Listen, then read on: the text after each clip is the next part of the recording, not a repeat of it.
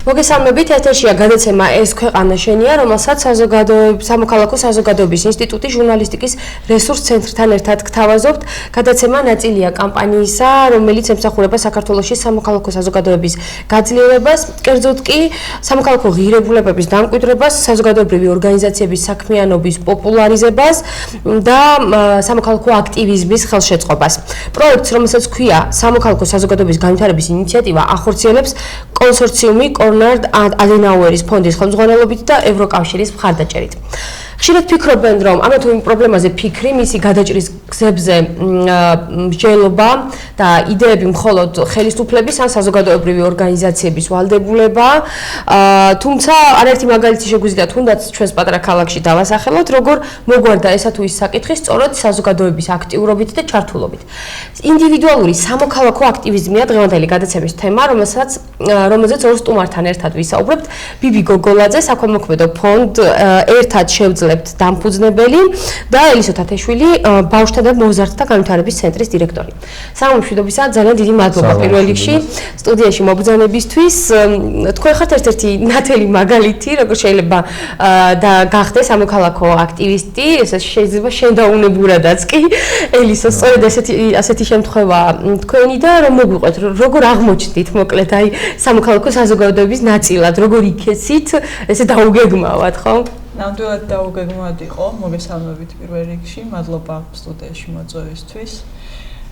ნამდვილად დაუგეგმავად მოხდა ჩემ შემთხვევაში ეს აქტიურობა, იმიტომ რომ იძულებული გავხდი, უფრო სწორედ შეიძლება ითქვას, მაიძულა ჩემმა ცხოვრებამ, ჩემმა შვილმა პირდაპირ ვიტყვი, რომ მისი მდგომარეობიდან გამომდინარე იძულებული გავხდი და ისიც როცა დავინახე ის, რომ რეგიონში მსგავსი სერვისის მიღება არ შემეძლო, იძულებული გავხდი მომეძიებინა გზები, რითაც შეიძლებოდა გამეადვილებინა ერთის მხრივ ჩემი, ასე ვთქვათ, როგორც რესურსი, ფინანსური და ასე შემდეგ, მეორეს მხრივ, ასე ვთქვათ, იდეა მომივიდა, რომ რატომაც არა სხვებისთვის შემეთავაზებინა ის მომსახურება, რასაც მე მაგალითად დედაქალაქში ვიღებდი. მოდი განმარტოთ, რა მომსახურებაზეა საუბარი, ვინც არის ის? ბავშვთა და მოზარდთა განვითარების ცენტრი, ეს არის ფსიქოლოგიური მომსახურება, შეზღუდული შესაძლებლობის ბავშვებისთვის, მათი მშობლებისთვის და არა მარტო ამ ბავშვებისთვის, ნებისმიერისთვის, ვისაც სურს თავიანთ შვილებთან მოაგვარონ ურთიერთობა სირთულეებთან დაკავშირებით. იგივე პრობლემის წინაშე დავდექი 14 წლის უკან, მე თვითონ მიწევდა თბილისში ამ მომსახურების მიღება და საკმაოდ რთული იყო, იმიტომ რომ ეს გულისხმობს რეგულარულ ურთიერთობას სპეციალისტებთან. საბედნიეროდ ჩემს გვერდით აღმოჩნდნენ მეგობრები საფრანგეთიდან, უცხოეთიდან, რომლებმაც გულთან მიიტანეს ჩემი პრობლემა და ეს იდეა, როცა შევთავაზე, რომ იქნებ განვახორციელოთ რამე ჩვენს რეგიონში, იმიტომ რომ მსგავსი არაფერი არ არსებობს, ისინი დამთანხმდნენ და ასე წამოვიწყეთ სრულიად უსასყიდლოდ ჩვენი პატარებისთვის და მათი მშობლებისთვის ეს საქმიანობა. ცხადია ეს არ იქნებოდა მარტივი, მიუხედავად იმ მხარდაჭერისა, რომელზეც უკვე აღნიშნეთ, იმიტომ რომ აქ ფინანსურ საკითხებთან ერთად ძალიან მნიშვნელოვანია ცოდნა, ხომ ამ სპეციფიური მიდგომა უნდა მით უმეტეს სპეციალური საჭიროების მქონე ბავშვებზე და მოზარდებზე თუ საუბრობთ, ხომ? აი აქ როგორ გაართვით თავი მოკლედ, აი ამ ყველაფერს სრულიად გამოუცდელმა, ხო, ამ საკითხში? სრულიად გამოუცდელმა, ძალიან შეშინებულმა, მინდა გითხრათ, იმიტომ რომ დგები ისეთი ფაქტის წინაშე, რომელსაც არ გჯერა, არ აღიარებ თავიდან, შემდეგ არ გჯერა, ამბობ, რომ ეს არ იქნება და შემდეგ როცა რეალობის წინაშე დგები, რა თქმა უნდა, ფინანსური საკითხი არ წყვეტს ამ ყველაფერს მხოლოდ. აქ დგება საკითხი, როგორ მოვაგვარო და გიჩნდება ესეთი თავდაცვის ფუნქცია, ესე ვთქვათ, გერთვება და ეძებ ადამიანებს ყველა იმ გზას, თუ ვინ შეიძლება მოგეხმაროს. პირველ რიგში, რა თქმა უნდა, დადგა საკითხი სპეციალისტების მოძიებისა და ჩემ დასაბედნიეროდ აღმოჩნდა, რომ ძალიან ბევრი შეიძლება ბევრი არა, მაგრამ აღმოჩნდნენ ისეთი ადამიანები, ვინც მზად იყვნენ ჩემთან ერთად სრულიად უსასყიდლოდ პირველ ეტაპზე. დამდგომოდნენ გვერდში, შეგვექმნა ერთად გვესწავლა, მე თვითონ ვისწავლე, იმიტომ რომ ჩემი შვილის გამო იძულებული ვიყავ ეს ყველაფერი მესწავლა. შემდეგ მათაც გამოთქვეს სურვილი, გაევლოთ ტრენინგები, გასაუბრებები, მიიღოთ გამოცდილება თუ როგორ შეიძლება ამ ბავშვებთან გვემუშავა. ესენი იყვნენ მოხალისეები, რომლებიც დღემდე ვერც შემიდგანან და მაძლევენ საშუალებას ჩემი ოცნება ასე ვთქვათ განვახორციელოთ. საინტერესოა დაუბრუნდებით, მაგრამ აი საიდან სად მოვედით, მაგრამ მანამდე ბიბი. თქვენ როგორ გახდით სამოქალაქო საზოგადოების ნაწილი, ესე როგორ შემთხვევით აღმოჩნდით ამ სიტუაციაში? კიდევ ერთხელ მოგესალმებით. სხვათაშორის არასდროს არ მიფიქრია, რომ მე გავხდებოდი როდესმე სამოქალაქო აქტივისტი. თავიდან როდესაც ფონდის დაარსებაზე მიდგა საქმე, არც მაშინ არ მიფიქრია, რომ მე ვხდებოდი სამოქალაქო აქტივისტი. აბსოლუტურად ეს ყველაფერი გაუცნობიერებდა კეთილნებიდან გამომდინარე, რომ მინდოდა საზოგადოება გამეერთიანებინა ერთი რაღაცა კონკრეტული პრობლემების წინაშე. და გამოვიდა ისე, რომ სრულიად შემთხვევით აღმოვაჩინე ის, რომ იმ საქმეს, რაც ვეწეოდი, ეს იყო სამოქალაქო აქტივობა, ეს იყო სოციალური პასუხისმგებლობა და ასე შემდეგ. შემდეგ დავიწყე ამ ყველაფერზე, შემდეგ დავიწყე უკვე თვითონ ორგანიზაციის მართვაზე ფიქრი და ასე. თავარი იყო პრობლემა, რომ უნდა დამეარსებინა. 3 თვის განმავლობაში დაარსებაზე საკმაოდ დიდი პრობლემები იყო წესდებასთან დაკავშირებით და ასე შემდეგ. მოდი მოვყოთ თქვენი ორგანიზაციის შესახებაც მოეწოდოთ, ანუ რაზე ვსაუბრობთ, რომ საქველმოქმედო ფონდი ერთად შევძლებთ, რომელიც გახლავთ რეგიონში ერთადერთი მრავალპროფილიანი საქველმოქმედო ფონდი. მრავალპროფილიანი გვაქვს კი, მაგრამ ჯერჯერობით ორიენტაცია მაინც გვაქვს აღებული მრავალშვილიან ოჯახებზე, იმიტომ რომ პატარები ჩვენი მომავალია, ჩვენი ქვეყნის მომავალია და აუცილებელია რომ მათზე ვიზრუნოთ. ფაქტიურად აი ქალბატონი ელისოს პრობლემა, რომელსაც გვეუბნება, რომ ისევ და ისევ პატარები, ისევ და ისევ ჩვენი მომავალი და ამიტომ ფონდმაც ეს აიღო პრიორიტეტად. რა თქმა უნდა, ეს არ გულისხმობს იმას, რომ ჩვენ მარტო მრავალშვილიან ოჯახებს ვეხმარებით. ჩვენ ვეხმარებით აგრეთვე იმ ადამიანებს, რომელიც პრიორიტეტის მიხედვით დავალაგებთ, თუ შეგვწევს ძალა, აუცილებლად ვეხმარებით და გვერდში ვუდგებით. რაც შეეხება თვითონ ორგანიზაციას. ორგანიზაცია მთლიანად არის შემოწირულობების ხარჯზე არსებობს, ასე რომ ვთქვათ. ხელფასს ფაქტიურად არავის არ გააჩნია და ორგანიზაციის წევრები, არაოფიციალური წევრები, მე ასე დავარქვევდი, მთლიანად ენთუზიაზმით მუშაობენ და ჩვენ ვიღებთ მხოლოდ იმ სითბოს, რაც არის გაკეთებული სიკეთის შემდეგ, გაკეთებული კარგი საქმის, მოდი ასე ვიტყოდი, ის ხალხის სიყვარული, რომელსაც ისინი გამოხატავენ ჩვენდამი. დიდი მადლობა მინდა მოუხადოთ ჩვენს თანაქალაქელებს, მინდა მოუხადოთ ჩვენს ახალციხელებს, რადგან თითოეულ ყუთში ჩაყრილი თითოეული თეთრი განსაზღვრავს ჩვენს რეგიონში არსებულ უამრავი ადამიანის სიცოცხლეს და მომავალს. აი საერთოდ რატომ გაჩნდა და როგორ გაჩნდა იდეა, რომ უნდა დაგიარსებინა ფონდი? აი მაინდა-მაინც რატომ ფონდი?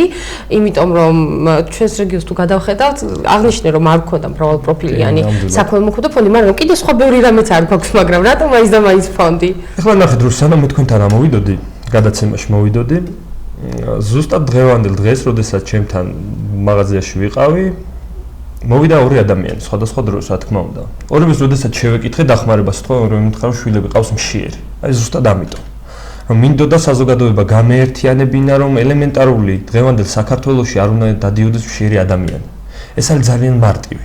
იმიტომ რომ თავად 90-იანებს თუ გაიხსენებთ, არა მე ახლა პირადად მაშინ ძალიან პატარა ვიყავი და როდესაც უფროსები მithროვებენ ამის შესახებ, მაშინ ფაქტურად მაშინაც კი არ დადიოდა მშიერი ადამიანი. ყველანი ერთად იდგნენ და ერთმანეთს ეხმარებოდნენ. მეზობელი მეზობელთან გადიოდა, საჭმელს აწვდიდა, ყველამ თავის პრობლემა იცოდა, ვის რა უჭირდა და ეხმარებოდნენ ერთმანეთს. აი ანალოგიურს გაკეთება მინდა დღესაც, რომ თითოეული ლარი, რომელიც ჩვენთვის არაფერს ნიშნავს, სხვის სიცოცხლის გადამწყვეტია და გადამრჩენელია. თუ ჩვენ უბრალოდ სოციალურ პასუხისმგებლობას ავიღებთ და არაერთ აუცილებელი ჩვენ ვიყოთ სამოქალაქო აქტივისტები, რომ გამოვიდეთ და ყველამ რაღაც საცხოვრებლად ჩვენ შეგვიძლიათ გავერთიანდეთ რომელიმე ადამიანის გარშემო, რომელიღაც ორგანიზაციის გარშემო, რომელსაც არ აქვს პოლიტიკური გავლენა, რომელსაც არ აქვს ფინანსებს სახელმწიფო, რომელსაც არ აქვს სხვადასხვა გავლენა, არამედ თავისუფალი, დამოუკიდებელი, ცდილობს გააკეთოს კარგი საქმე და ამ პრობლემიდან გამომდინარე, რომ მინდოდა არ ყოფილიყო უბრალოდ მშიერი ადამიანი უპირველეს ყოვლისა ჩემს ქალაქში, შემდეგ ჩემს რეგიონში და ჩემს საქართველოში, აქედან მოვიდა ეს იდეა. რატომ ფონდი? იმიტომ რომ საზოგადოება არენდობა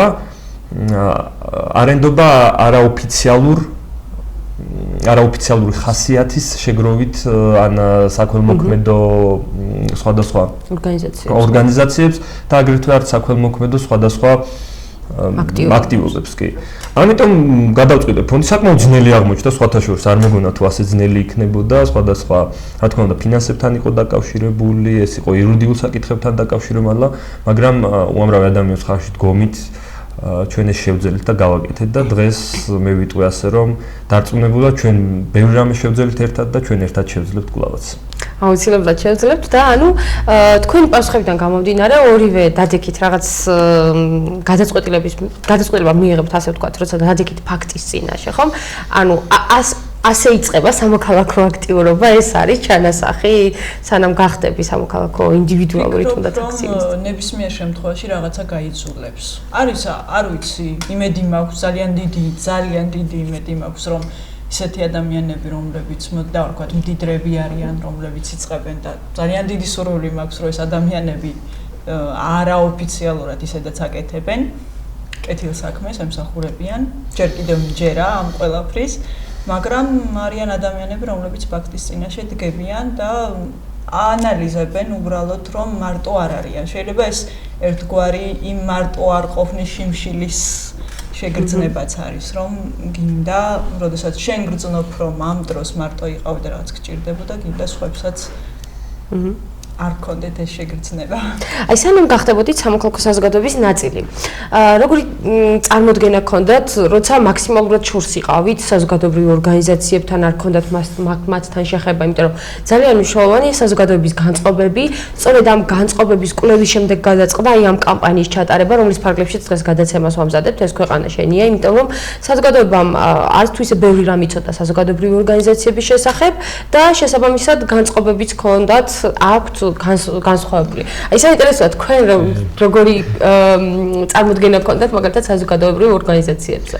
სხვათა შორის ხშირად როდესაც მედია სივრცეს შევეხები ხოლმე და იქ ვეცნობი ახალ ამბებს, ყოველთვის მეგონა რომ ეს იყო რაღაცა პოლიტიკურ ნიღაბს ამოფარებული კონკრეტული ორგანიზაციები, რომლებიც რაღაცისადმი პროტესტს გამოთქმავდნენ, მაგრამ მხოლოდ შემდეგ, როდესაც მე თვითონ გავხდი სამოქალაქო აქტივისტი, მე მივხვდი, რომ სამოქალაქო აქტივისტობა არ არის პროტესტის გამოხატვა, არამედ სამოქალაქო აქტივობა არის რაღაცა მიზნისათვის ბრძოლა და იმ მიზნისაკენ წასვლა კი გაერთიანება. სამოქალაქო აქტივისტობა არ არის პოლიტიკურ ნიღაბს ამოფარება, არამედ პირიქით. სამოქალაქო აქტივობა არის, როდესაც შეიძლება ასეც ითქვა, შენ ქვეყანას ეხმარები რაღაცა კონკრეტული მიზნის გაკეთებაში, აღსრულებაში. ჩემი აზრით, ახლა ჩვენი შექმნის ფონდის ერთ-ერთი მიზანი იყო ეს, რომ ქვეყანა ნამდვილად ალბათ ბევრს თხოვთ. ალბათ თხოვთ იმაზე ბევრს, ვიდრე უნდა მოვთხოვოთ. ალბათ ბევრს ველით მისგანაც და იმიტომ ვართ ხოლმე ასე განწყობილები. სამოქალაქო აქტივისტი უნდა ზრუნავდოს, რომ ქვეყანას შეუწყოს რაღაცა კონკრეტული მიზნის მიღწევაში. ეს არის ჩემთვის მაგალითად ახლა, რომ ქვეყანას სურს, დარწმუნებული ვარ, მართლობას სურს, რომ არ იყოს ღარიბი ადამიანი, არ იყოს ადამიანი, რომელსაც შეა, ის ცდილობს, მაგრამ საზოგადოებაც უნდა დაეხმაროს. რატომაც გონია, რომ მთავრობაში, როდესაც კონკრეტული პირობიდან არ აქვს მნიშვნელობა, ვინ იქნება ეს, მათ უნდა მოაგვარონ ეს პრობლემები. ამ დროს რეალურად ჩვენ უნდა მოვაგვაროთ ეს პრობლემები და ჩვენ ვართ რეალური ძალა. და რაღაცები რეალურად ჩვენ უფრო მეტად შეგვიძლია, საზოგადოებას გულისხმობ. შეუძლებელია უბრალოდ მე ესე მგონია და ძალიან ჩემი გამოცდილებიდანაც ვიტყვი და იმ გამოცდილებიდანაც რაც უცხოეთში მოგზაურობებმა მომცა, იმიტომ რომ მაქვს შეხება რეალურად ესეთ მოქალაქეებთან და აქტიურ ორგანიზაციებთან. დავინახე ის, რომ შენს მაგივრად არავინ არაფერს არ გააკეთებს, რაც არ უნდა გვესმის, რომ ხელისუფლებამ და ასე შემდეგ ბევრ უნდა გააკეთოს, მაგრამ შენ თუ არ ხარ მზად, რომ რამე შეცვალო, ვერავინ ვერაფერს ვერ გააკეთებს შენს მაგივრად. ყველაფერი რეალურად არის ჩვენს ხელში და ხდება ის, რასაც ჩვენ თავაზობთ. რისთვისაც ღია ვართ, შემდეგ რეაგირებს ყველა იმგვარად, რასაც დავანახებთ, თუ დავანახებთ სიკეთეს, აუცილებლად სიკეთე განამდებია და იგივე რეაქციას ვხებულობ. აი მაგალითად თქვენი ცენტრი არის ნათელი მაგალითი იმისა, რომ არ გეცადათ 14 წლის წინ და რომ არ დაგეწყოთ ეს საქმე, დღეს სამცხე ჯავახეთში შესაძლოა კიდევ არ ყოფილიყო ასეთი ცენტრი. თუ 14 წლის წინ თქვენ ხელისუფლებას მოსთხოვდით, რომ აი ეს ცენტრი გჭირდება სამცხე ჯავახეთში და უნდა იყოს, შესაძლოა დღემდე არ ქონოდა ხელისუფლებას რამე შექმნილი და ხო მართლა ამ ცენტრის გარეშე ყოფილიყავით. აი ნათელი მაგალითია, როგორ შეიძლება რიგითმა ადამიანმა დაიწყოს და არც თუ ისე უმნიშვნელო შედეგს მიაღწია. შეიძლება ყოფილიყო, აღმოჩნდებოდა მე იმიტომ წაღანაც ვთქვი, აღმოჩნდებოდა ადამიანი, ვინც მიაქცევდა ყურადღებას, მშობელი, მასწავლებელი. საბოლოო ჯამში მაინც ისევ აქტივისტთან მივდივართ და ადამიანთან, ხო? და ყოფილიყო ან მშობელი, ან კონკრეტული ადამიანი, ვინც ამას წამოიწყებდა. სხვათა შორის, როცა ამ გადაცემაზე და თემაზე ვმუშაობდი, არაერთ ადამიანს ვკითხე სამოქალაქო აქტივიზმის შესახებ და ძალიან ბევრი მომიპასუხა, რომ ჩვენთან შედარებით ნაკლებად არის სხვა დიდ ქალაქებთან შედარებით, იმიტომ რომ თითქოს საზოგადოებას ნაკლებად დაინტერესებს, არ არის ამ პროცესებში ჩართული. თუმცა რომ გავიკითხე, აღმოჩნდა არაერთი ადამიანი, მათ შორის ახალგაზრდები ძირითადად, რომლებსაც დიახაც რომ აინტერესებთ, როგორ ქვეყანაში ვცხოვრობთ, როგორ ქალაქში ვცხოვრობთ, უნდათ რომ ის პატარ-პატარა პრობლემები, რომლის გადაჭრაც შეუძლიათ და რომელზეც შეუძლიათ იზრუნოთ, დიახაც რომ ასეთი არის თუ ისე ცოტაა. სწორედ ამიტომ და არა მარტო ახალგაზრდები, თუმცა ხაზი გავუსვი ახალგაზრდებს, იმიტომ რომ უფრო მეტნი ხართ ახალგაზრდები და აი ამაზე მომზადებული სიუჟეტი მინდა ვნახოთ და შემდეგ დავუბრუნდეთ ეთერში.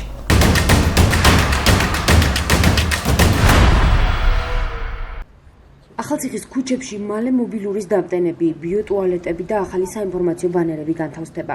იდეა რამდენიმე ახალგაზრდას ეკუთვნის, რომლებმაც მათი ქალაქის პრობლემები პრიორიტეტებად დაალაგეს. მათზე სამოქალაქო სექტორთან ერთად იმსჯელეს. საზოგადოებრივ ორგანიზაცია დემოკრატ მესხთა კავშირის დახმარებით პროექტი მოამზადეს და განხორციელების გზებზე დაიწყეს ფიქრი. 17 წლის სამოქალაქო აქტივისტებს სურდათ, რომ ახალციხე ადგილობრივებისთვის უფრო კომფორტული, ტურისტებისთვის კი მიმზიდველი გამხდარიყო. სწორედ ამიტომ მიიღეს მონაწილეობა მერის მიერ გამოცხადებულ პროექტში „დაგეგმე შენი ბიუჯეტი“. უფროსკლასელების იდეა მოსახლეობისთვის საინტერესო აღმოჩნდა და გაიმარჯვეს კიდეც. პროექტი 2020 წლის ახალციხის ადგილობრივი ბიუჯეტიდან დაფინანსდება. ყოველდღიურად ხვდებოდით უამრავ პრობლემას ახალციხეში, რაც გვინდოდა რომ ჩვენით გამოგვესწორებინა და ადვოკატირების კამპანია ჩაგვეტარებინა. ერთ-ერთ ბანაკში, როდესაც გავიგეთ, რომ ბავშვებს ახალციხე გონათ სოფელი და რაბათი ქალაქი, გადავწყვეტეთ, რომ გაგვეხადა ახალციხე უფრო ტურისტებისთვის მიმზიდველი და ცნობადი ქალაქი. სამოქალაქო აქტივიზმი არის ის, რითიც გამოხატავ შენს თავს, დატოვებ შენს კვალს შენ ცხოვრებაში და ახალციხე არის ყველაზე კარგი მაგალითი იმისა, რომ გამოხატო ეს. ანუ რადგან პატარა ქალაქია, შეგიძლია შეცვალო რაღაც წარმატებისკენ. ჩვენი პროექტი ეხებოდა ძირითადად იმ პრობლემებს, რომელიც ყოველდღიურად გვხვდება ახალგაზრდებს და ზოგადად ახალციხის მცხოვრებლებს ახალციხეში. ვფიქრობ, რომ ყველაზე მნიშვნელოვანი პრობლემები გქონდა განხილული ჩვენს თემაში და შესაბამისად გაიმარჯვა იმან, რაც ყველაზე მეტად დაეხმარებოდა ახალციხეს განვითარებისთვის. რიმა სუდაძე მეხუთე სკოლის მოსწავლეა.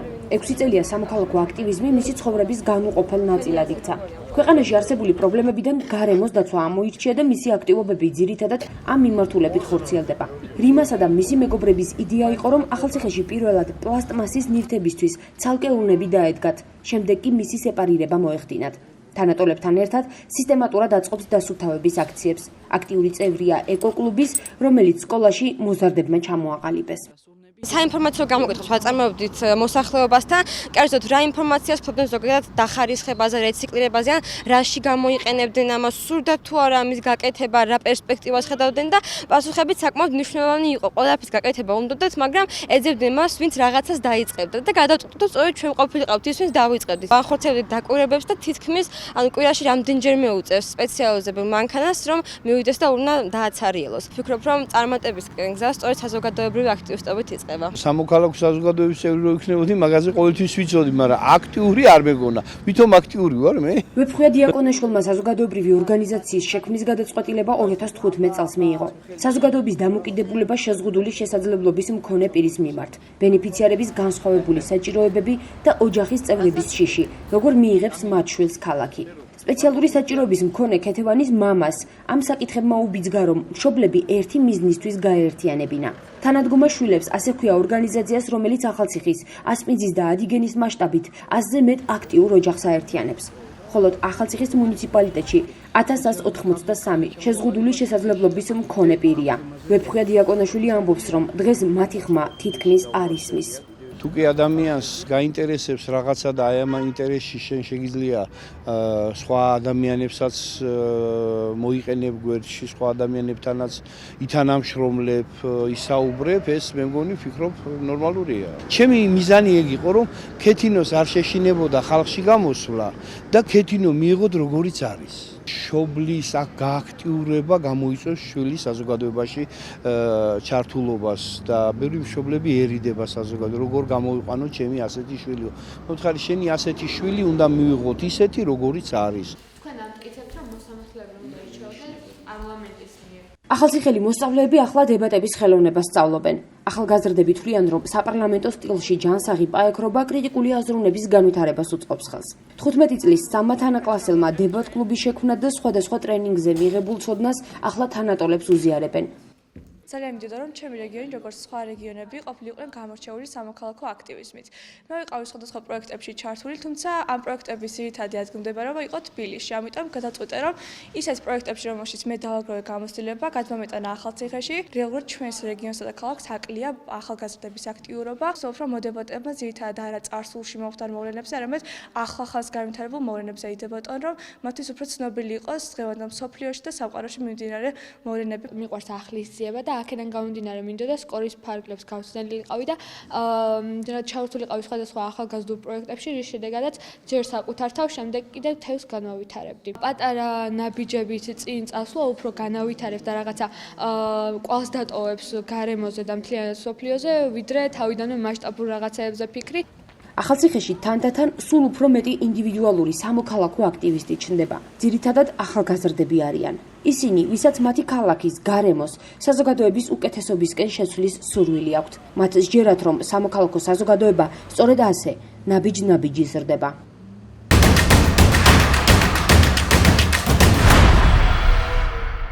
ბრუნდებით ეთერში და ბიბი თქვენგან მინდა დავიწყო, როგორ ფიქრობთ, რატომ არის საზოგადოების დიდ ნაწილში განცდა, რომ სხვადასხვა პრობლემებზე, საკითხებზე, რაც აწუხებს საზოგადოებას, მხოლოდ ხელისუფლებამ უნდა იზრუნოს, ან მხოლოდ საზოგადოებრივმა ორგანიზაციებმა.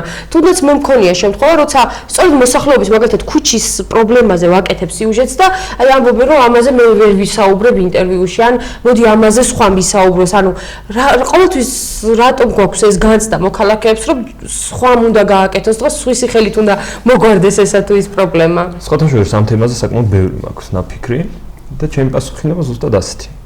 ქვეყანა არის პოლიტიზირებული მთლიანად. როდესაც ტელევიზორს ჩართავ და უსმენ რომ ერთი პარტია მეორეს ან ხელისუფლება ამას არ აკეთებს, ხელისუფლება ამას არ აკეთებს, ხო და აბსოლუტურად მიდის ხოლმე ეს ნეგატივი. აი ამის შემდეგ საზოგადოება ფიქრობს უკვე რომ მე მგონი ეს ხელისუფლება უნდა გააკეთოს უკვე. ჩვენში არ არსებობს ფაქტიურად ის ორგანიზაციები და ის აქტივისტები, რომლებიც გამოვიდნენ და იტყვიან ხელისუფლებამ კი არ უნდა გავაკეთოთ ჩვენ. რაღაცა პრობლემა ამოდ დავეხმაროთ ხელისუფლებას ამის მოგვარებაში. რაღაცა საკეთებს ხელისუფლება, მოდი მონიტორინგი გავუწიოთ ამ ყველაფერს. რაღაცა პრობლემა არსებობს, გავერთიანდეთ ამ პრობლემის გარშემო. ხვდებით რის თქმა მინდა? ანუ რეალურად ეს ძალა არ არსებობს. მე პირადად ვცდილობ რომ ასე გავაკეთო. უამრავი ადამიანი იყო რომელმაც მითხრა რომ რამდენს იღებ მაგალითად ანაზღაურებას, როდესაც აკეთებ ამ საქმეს, ხო? რეალურად საზოგადოებისთვის 90% არ ჯეროდა რომ ეუბნებოდი რომ არა ანაზღაურება გაწვეს. არ ჯეროდა, იმიტომ რომ საზოგადოებაში ნდობა აქვს დაკარგული უკვე ამ საქმიანობას. ნდობა აქვს დაკარგული საზოგადოება ფიქრობს რომ თუ შენ იკავებ რაიმე ადგილს, ესე იგი შენ იღებ რაღაცა ანაზღაურებას დიც, ან რაღაცა სარგებელს პოულობ ამ ყველაფერში. რეალურად ის ემოციები და ის ადამიანური ურთიერთობები აღარ არის წინ წამოწეული, რაზეც უნდა ვიზრუნოთ ჩვენ, რომ ეს ადამიანური ურთიერთობები ხარშით მომა ყველაფერი წამოწიოთ წინ, ერთმანეთს ვაჩუქოთ მეტი სიყვარული და ამის შემდეგ დაიწყება მხოლოდ და მხოლოდ ჩვენი ქვეყნის გაერთიანება, ერთმანეთის გაერთიანება და ქვეყანაში წავა ყველაფერი კარგად.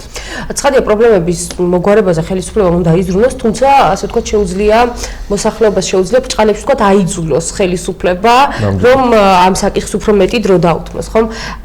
მაშინ რატომ არ გვაქვს ეს, მოდი ასე ვთქვათ, ეს კულტურა ჯერ ბოლომდე გათავისებული? ძალიან მე ცოტა შორიდან დავიწყებდი ამ კულტურის არარსებობის. ეს გადაგვივიდა ჩვევაში, ეს გადაგვივიდა ხასიათში.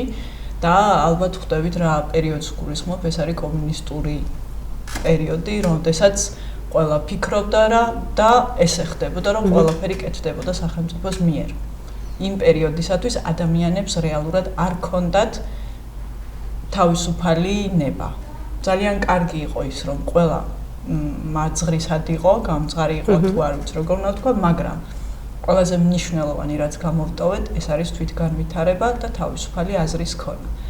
აქედან გამომდინარე, მე ვფიქრობ, რომ საზოგადოებას ძალიან ჯერ კიდევ იმდენი ხანი გავატარეთ ამ ყველაფერში, რომ ჩვენ გვირჩევნია ვინმე ჩვენს მაგერად გააკეთოს, ჩვენ უბრალოდ მაინც დავრჩებით კმაყოფილი, იმიტომ რომ ესე გადაწყვიტა ზემოთ გადაწყდა. რეალურად კიდევ ერთხელ ვამბობ, რომ ჩვენს გასაკეთებას არავინ არ გააკეთებს. ეს იყო იმ დროის შეცდომა, არასწორი დამოკიდებულება საზოგადოებას ისე გაუჯდა სისხლში, რომ ურჩევნია ესე იცხოვროს, ესე უფრო ადვილია ცხოვრება, როცა ნაკლები პასუხისმგებლობა და სხვისკენ გაიშვიროს და სხვას მოსთხოვოს პასუხი. იმიტომ რომ მოდი ის იყოს დამნაშავე რაღაცა. რეალურად რაღაც პოზიტიურ და კარგ მაგალითებზეც რომ გადავიდეთ, რა შეუძლია თუნდაც ერთ ადამიანს ხშირად გვსმენია, რომ აი მე რა შემიძლია ერთი ადგილობრივი ვარ, ერთი მოსახლე ვარ. ზოგადად აქტიური მოქალაქე და განსაკუთრებულად აქტიური ახალგაზრდა, რომელიც იღებს პასუხისმგებლობას ამ ყველაფერზე, არის საკმაოდ დიდი ძალა.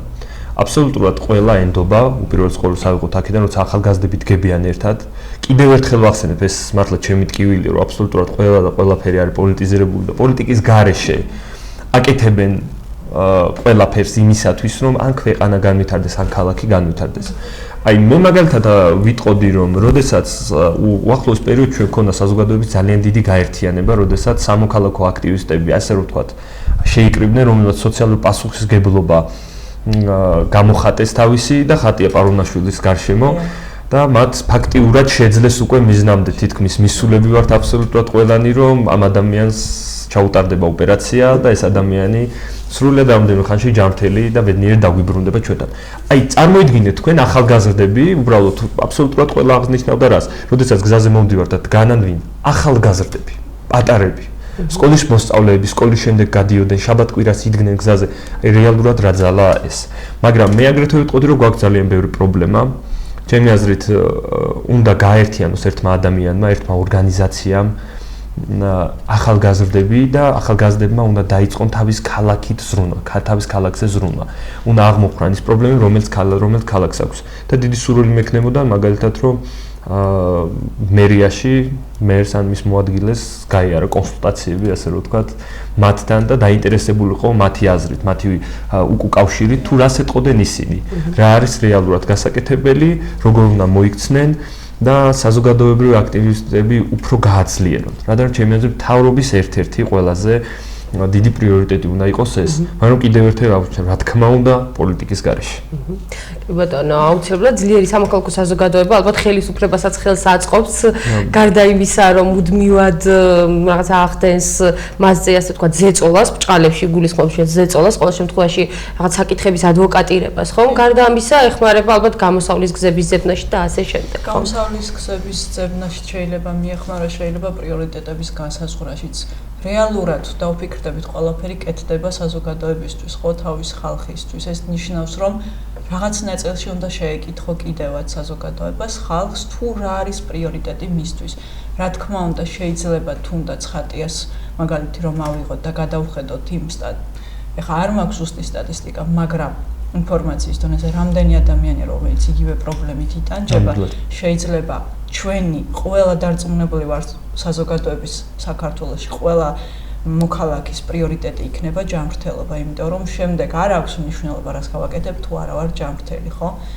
ამიტომ შეიძლება პრიორიტეტი დადგეს ზუსტად ადამიანების გვერდში დგომა და აი ამ პრობლემის გადაწყვეტა. ამიტომ ძალიან დიდი როლი აქვს, ძალიან სასურველი იქნება ვეთანხმები, რომ გაიაროს კონსულტაცია, კითხოს ელემენტარულად და შემდეგ გამოიტანოს თავისი დასკვნა. ეს მისი პრეროგატივა, რა თქმა უნდა, აირჩიოს ის მიმართულება, რა უფრო მნიშვნელოვანია დღეს ჩვენი ქვეყნისთვის. ეს უკვე არის შემდგარი სახელმწიფო და არა ის, რომ საზოგადოებისთვის შეიძლება პრიორიტეტი და საჭიროება იყოს სხვა, მაგრამ რეალურად სხვები თვლიან სულ სხვა რამეს. ეს ცხადია ყველაზე მთავარია, რომ ემთხვეოდეს საზოგადოების და ხელისუფლების პრიორიტეტები ერთმანეთს თავხედრაში უნდა იყოს ეს საკითხები. ძლიერი სამოქალაქო საზოგადოება, ძლიერი თუნდაც ინდივიდუალური აქტივისტები. რა ძალა აქვთ რეალურად მათ, ამაზე მინდა რომ ვისაუბროთ. რაც უფრო მეტად ახდენ აფიშირებას იმ პრობლემის, რომელიცაც ამით უმეტეს აღმოაჩენს ეს თუნდაც ერთი ადამიანი და ინახავს მის გარშემო იგივე პრობლემას და რაც უფრო მეტად ისაუბრებ ამაზე, ბევრი ადამიანი აცნობიერებს შემდეგ და ხედავს თავის პრობლემას. რეალურად ყველაზე ადვილია თუნდაც სახელმწიფოსთან, თუნდაც სამთავრობო, არასამთავრობო სტრუქტურებთან ადამიანს ინდივიდუალურად ძალიან უჭირს ყოველთვის რაიმე პრობლემის გადაწყვეტა, მაგრამ ჯგუფური აქტივობა, საერთო პრობლემის გარშემო გაერთიანებული ადამიანების ჯგუფი ყოველთვის ნებისმიერ ეტაპზე, ჩვენი სოფლიოს განვითარების ნებისმიერ ეტაპზე ყოველთვის ძლიერი იყო, ამის უამრავი მაგალითი არსებობს და ეს არის რეალობა. თუ ჯგუფურად შეუძლიათ, მაგრამ ამას ყველას ჭირდება ლიდერი, ეს ბუნებრივი პროცესია, რომელიც უფრო მეტად ორგანიზატორი, ასე ვთქვათ, იმიტომ რომ არაორგანიზებული და ქაოსური მდგომარეობა, რა თქმა უნდა, ეს საშინელება, ამიტომ ეს არის ძირითადი ფუნქცია, რომ მოაქციოს ჩარჩოებში და უფრო ადვილი გახადოს კომუნიკაცია სხვადასხვა სტრუქტურებთან. წეგან ბიბი თქვენ აღნიშნეთ, რომ მოსახლეობის 90%-ს არ სჯეროდა, რომ ამას ანაზღაურების გარეშე ვაკეთებთ. რეალურად სამოქალაქო აქტივიზმი არის სწორედაც რომ აუნაზღაურებელი შრომა, ეს არის ერთგვარი ვალდებულება, რამდენად შეიძლება დავარქვათ, ვალდებულება ალბათ შენი ქვეყნის და შენი თავის წინაშე, რომ თუნდაც იზრუნო იმ გარემოზე და იმ ქალაქზე თუ პირობებზე, რა პირობებშიც ცხოვრობ. შეიძლება თუ არა ეს იყოს ერთ-ერთი არგუმენტი იმისა, რომ არც თუ ისე ბევრი სამოქალაქო აქტივისტი გვყავს დღეს, იმიტომ რომ შეიძლება არგუმენტად მოიყვანან, რომ მაგალითად მე მთელი დღის განმავლობაში ვცდილობ, რომ შემოსავლის რაღაც თანხას მოვუყარო თავი და მე ამ დროს ვერ დავუთმობ რაღაც აუნაზღაურებელ რეალურად საკმაოდ დიდ შრომას. რა შეიძლება ითქვას ახლა ამის შესახებ? პირველი რომ ცხადია თქვენ შრომა ყოველდღიურად იმისთვის რომ შემოსავალი გქონდეთ. პირველი შეიძლება ისე თქვას რომ თუ გაიაზრებ იმას რომ სადაც ცხოვრობ ისაა შენი ერთადერთი სახლი, თუ გაიაზრებ იმას რომ ისაა შენი ერთადერთი სამშობლო და გაიაზრებ იმას რომ შენ არ გინდა წასვლა ქვეყნიდან, გინდა დარჩი აქ და გინდა რომ მიხედო ამ პრობლემებს, გიწევს უკვე გადადგა რაღაც ნაბიჯი. რატომღაც ვფიქრობდი რომ დავხმარებოდი გაჭირებულ ხალხს ყოველთვის ვჭირდებოდა რომ ქონოდა ფული ბევრი, მატერიალური შესაძლებლობა. სადამ არ მივედი იმას რამე რომ შეიძლებოდა ცოტა სხვა კუთხით მივდგომოდი ამ ყველაფერს და შემდეგ გამეკეთებინა უკვე ეს და უკვე გამოვიდა ეს ყველაფერი, რა თქმა უნდა. მე ვიტყვი ჩვენი ფონდის მომავალ გეგმებზეც აუცილებლად ჩვენი ფონდი აპირებს გაფართოებას აუცილებლად გავაძლიერებთ ახალგაზრდულ ბდას, რომელიც დავაწესებთ სავარაუდოდ ერთ დღეს, სიკეთის დღეს და ამ სიკეთის დღეს გვაქვს უამრავი გეგმები. ალბათ გვეყოლება რამდენიმე მოხუცებული, რომელსაც მოუვლით, ახალგაზრდები იქნებიან ჩართულები, ან შაბათი იქნება, ან კვირა თავისუფალი დღე იყოს. იქნება ასეთი რომ ცენტრალურ ბაზარში ავკრიფავთ სურსაც, ვისაც რა სურვილი ექნება, რამდენიც ექნება სურვილი, რომ მოგვაწოდოს, მოგცეს კიდილიდან და უკვე საღამოს მიუყვანთ ოჯახებს. ანუ ჩვენ ვაკპირებთ ფაქტიურად, რომ გავზარდოთ სამოქალაქო აქტივისტობა და გადავდგათ ის ნაბიჯი, რომ საზოგადოებამ გაიგოს, რომ ეს არის რეალური, რომ ანაზღაურების გარეშე უბრალოდ აკეთებდა კარგ საქმეს, იმიტომ რომ ჩვენი ქვეყანა და დღევანდელი საზოგადოებაც ფაქტიურად დგას ამაზე. თუ არა ჩვენს რეგიონში, საქართველოში უამრავი კეთილი ადამიანი არსებობს, უამრავი ისეთი დედა არსებობს, როგორც არის ეს, რომელიც გადადგა ეს ნაბიჯი და საზოგადოებას ანახა, რომ ჩვენ თვითონ შეგვიძლია უშუალოდ ჩვენ თავს და ჩვენ უნდა დავეხმაროთ ერთმანეთს. ამის გარდა არაფერი არ გვაქვს კი ნამდვილად. და თქვენი, ასე ვთქვათ, სამოქალაქო აქტივიზმის შედეგზე მინდა ვისაუბროთ, აი რა იყო 14 წლის წინ, ამაზე უკვე თქვით, რომ თითქმის ასე ვთქვათ, უხელფასო და უყველაფროდ დაიწყეთ, მათ შორის ცოდნის და ინფორმაციის გარეშეც და სადამდე მოხვედით რეალურად პოზიტიური მესიჯი იქნება საზოგადოებისთვის, თუ ამაზე გავაკეთებთ აქცენტს. 14 წლის წინ ეს ძალიან დიდი დროა რეალურად, შეიძლება ციფრებში გამოხატული არც ისე, მაგრამ ეს არის შრომის, ნერვების, რა ვიცი, ძალიან ბევრი თავდადების და ასე შემდეგ. მე არ ვსაუბრობ ჩემ თავზე, მე ვსაუბრობ იმ ადამიანებზე, ვინც გვერდში მიდგას დღემდე, ვინც თავის დროზე დამიდგა, ვინც სურვილი გამოთქვა, ვინც უსასყიდლოდ თუ ანაზღაურების ხარჯზე არ აქვს მნიშვნელობა ნებისმიერი ადამიანი, ვინც თუნდაც მცირედი წვლილი შეიტანა ამ ყველაფერში. და ჩემი ამ ყველაფრის შედეგი არის ის, რომ მე ვარ ამაყი, შემიძლია პირდაპირ ვთქვა, რომ შევძელი მივეცი იმ ბავშვებს საშუალება და მშობლებს პირველ რიგში საშუალება გამოეყვანათ თავიანთი შვილები, ეღიარებინათ თავიანთი პრობლემა და ვფიქრობ, რომ თუნდაც მცირედი თუ შევცვალეთ ამ მშობლების თუ ბავშვების მდგომარეობა, ეს არის ძალიან დიდი სიამაყე ჩვენი გუნდის, ჩვენი საქმიანობის და ვისურვებდი, რომ რაც შეიძლება მეტი მშობელმა აღიაროს თავისი სირთულეები, მოვიდეს ჩვენთან, გაგვესაუბროს და მივცეთ რჩევები, იმიტომ რომ ვიცი ძალიან კარგად, რას ნიშნავს ეს ყველაფერი. ბიბი, თქვენ შედარებით თქვენი ფონდი არც თუ ისე დიდ ასაკს ითვლის და ბევრ წელს, თუმცა თქვენს გაქვთ მნიშვნელოვანი წინსვლა, საინტერესო პროგრესი. საიდან სად მოხვედით, ან რეალურად ფიქრობდით, რომ გააკეთებდით ფონდს, მაგრამ რეალურად კიდევ ბევრი დამატებით დეტალი, ასე ვთქვათ, დამატებით დეტალზე მოგიწიათ გაფართოება, ზრუნვა, უფრო მასშტაბური გახდით. ნამდვილად უნდა ვაღიარო, რომ ეს არის უდიდეს პასუხისმგებლობაზე დამოკიდებული. და ამ პასუხის ჩემი აზრით, როდესაც სამოქალაქო აქტივისტობას ვეხევით, ალბათ ბევრი პასუხისმგებლობასაც გაურბის ეშინიათ ამ პასუხისმგებლობა, ან რო ვერ შეასრულებენ, ან იმ ტალახის რომელსაც ესვრიან და სხვათა შორის დარწმუნებული ელისოსაც ქონია ეს მომენტები, მეც ანალოგიურად ფონდთან დაკავშირებით, რომ თითქოს და აი მაგიტომ გატეხილია ნდობა აღარ არსებობს მე თქვი რომ რაღაცა თანხას ვიღებთ ამ დროს რეალურად არც არაფერი თანხა შემოდის იმდენი რომ რაღაცა მაგალითად ითქოს რაღაც თანხებთანაა დაკავშირებული, იმიტომ რომ რეალურად ყველაფერი გამჭვირვალე და არის აბსოლუტურად Facebook გვერდზე ვტვირთავთ, დეკლარაციას ვგზავნით, აბსოლუტურად ამ ყველაფერს ხომ ვაკეთებთ, არა. ნუ რაც შეიძლება ითქვას, რომ რას მივახციეთ ჩვენ ამ წელს, უპირველეს ყოვლის, რომ ჩვენ გავაერთიანეთ საზოგადოება, გავაერთიანეთ ხალხი, აღუჭურვეთ ნდობით, იმიტომ რომ ხშირად როდესაც Facebook გვერდზე რაღაცა პრობლემის, რომელიმე ოჯახის შესახებ რომ დავწერთ ანგარიშის ნომერს მიუთითებთ, თქვენ ვერ წარმოიდგენთ უბრალოდ რამდენად აქტიურებს საზოგადოება, იმიტომ რომ ენდობა უკვე ფონდს. ენდობა იმ საქმიანობას, რომელსაც ფონდი ეწევა უკვე. როდესაც სხვადასხვა ორგანიზაციები ჩამოდიან, ანალოგიურად ხშირად მირეკავენ ხოლმე და მეუბნებიან რაღაც ოჯახების შესახებ, ან კითხულობენ მათ შესახებ.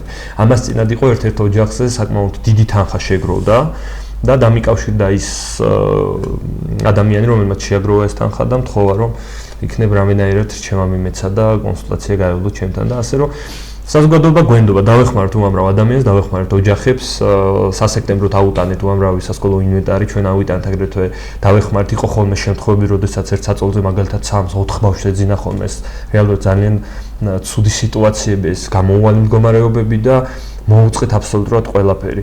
ეს არის თქვენ ვერ წარმოიდგენთ ამხელა ბედნიერება, როდესაც უბრალოდ ადიხარ ოჯახში, ოჯახი უკვე გენდობა, ხარ მათი იმედი, მაგრამ ხშირად გვაქვს ხოლმე ის სიტუაციაც, როდესაც ოჯახი შეჩვეულია უკვე სიღარიბეში ცხოვრებას, შეჩვეულია რომ ნაარჩინოს სხვამ და ასეთ ადამიანებთანაც გვიწევს შეხება, მაგრამ აი ეს ფონდი ფონდმა ამ წლის განმავლობაში გააერთიანა საზოგადოება, გააერთიანა ბიზნეს სექტორი, გააერთიანა არასამთავრობოებები, გააერთიანა მთავრობის სხვადასხვა წევრებიც არ დავასახელებ, რა თქმა უნდა, და გავაკეთეთ უამრავი კარგი საქმე. ვიღაცას იურიდიული დახმარება დაჭირდა, ვიღაცას დაჭირდა მერიაში რაღაც საქმეზე მიყოლა, იმიტომ რომ არ გაცხადების წერანი იცოდა და ასე შემდეგ, ვიღაცას დაჭირდა რაღაცას პატარა სახსრების მოძიება, რაც ფონდს არ შეეძლო, მაგრამ დავაკავშირეთ, ასე რომ ფონდმა უკვე დიდი ნაბიჯი გადადგა საზოგადოების ნდობისაკენ, ასე რომ დარწმუნებული შემდეგი წელი ბევრად უფრო ნაყოფიერი იქნება და ჩვენ მართლა ერთად შევძლებთ ერთმანეთს დაუდგეთ მხარში. სამოქალაქო აქტივიზმი სწორედ ეს არის საზოგადოებისთვის სასარგებლო შრომა. ძალიან დიდი მადლობა სტუდიაში მობრძანებისთვის, საინტერესო საუბრისთვის, წარმატებას გისურვებთ და მადლობა იმ საქმისთვის, რასაც თქვენ ხშირ შემთხვევაში უანგაროდ აკეთებთ ჩვენი ქალაქისთვის, ჩვენი საზოგადოებისთვის და მოსახლეობისთვის. მადლობა რომ გვიყურებთ, ჩვენ ინდივიდუალურ სამოქალაქო აქტივიზმზე საუბრობდით. ჩვენი სტუმრები იყვნენ ბიბი გოგოლაძე, საქველმოქმედო ფონდის ერთად შევძლებთ დამფუძნებელი და ელისო თათეშვილი, ბავშვთა და მოზარდთა განვითარების ცენტრის დირექტორი. ამ გემშვიდობებით ნახვამდის.